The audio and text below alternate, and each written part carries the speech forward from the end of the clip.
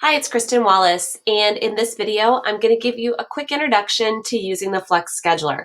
By now, you've heard a lot about Flex Spaces and the Flex Scheduler at the high school, and in this video, I want you to show you how you can log into and use the Flex Scheduler. So the Flex Scheduler is located as a website or a link, and you can find it in Schoology on the MWHS resources page. It's located right here, and it's the same link for both staff and students. So you go ahead and click on that link, and I'm actually going to do it here in another page so I can show you the login. You're going to see this authentication box come up. And in order to log into the Flex Scheduler, you're going to use your Active Directory credentials. So you're going to use your last name, first initial, and then your capital first initial, lowercase last, and their Skyward ID. Students will log in with their Skyward information.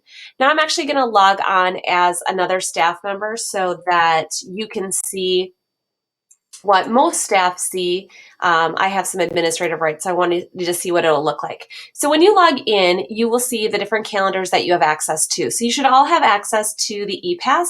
And then if you're a part of any other calendar or you've created a calendar for your classroom, you would see those show up here under MWHS. And then you'd see all the different periods. So right now, this teacher doesn't have any offerings for these periods.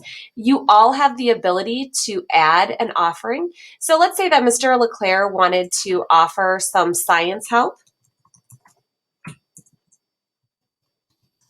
during his homeroom time, or maybe his SPP. He could write a description. This is for 9th grade science students.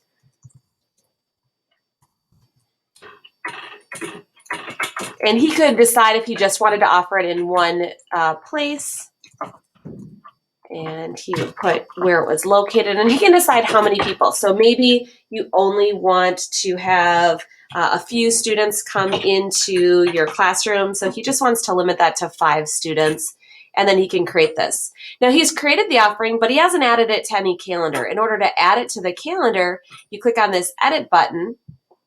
And here you can pick the day and the time that you would want to add it to the calendar. So if next Wednesday during period 5, I wanted to add that, then students who see the ePass, and all students have access to the ePass, would see that as an option, and 5 students could come in and get help from him.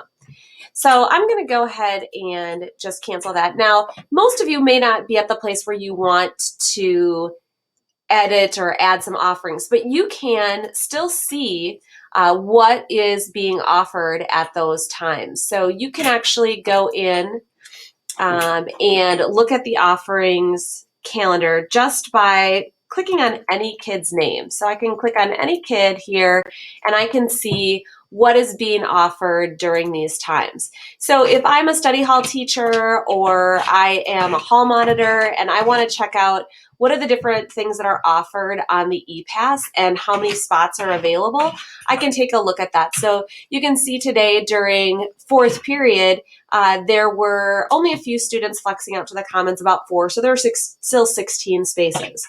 So this is how, if you are a homeroom teacher and kids want to go to the maker space, you can see if there's space still available. Or students can just show you on their own device that they've signed up for a space. So again, that's by just going into enroll student, and you can click any student's name. It doesn't matter, and it's just the way the system functions. And then you just pick the period. And you can see what's being offered during that period. If you want more of an in-depth look at the Flex Scheduler, you want to interested in setting up your own calendar, or you want one-to-one help on how to use it, please let me know. But that's a general overview of how you create an offering or how you view the ePass schedule.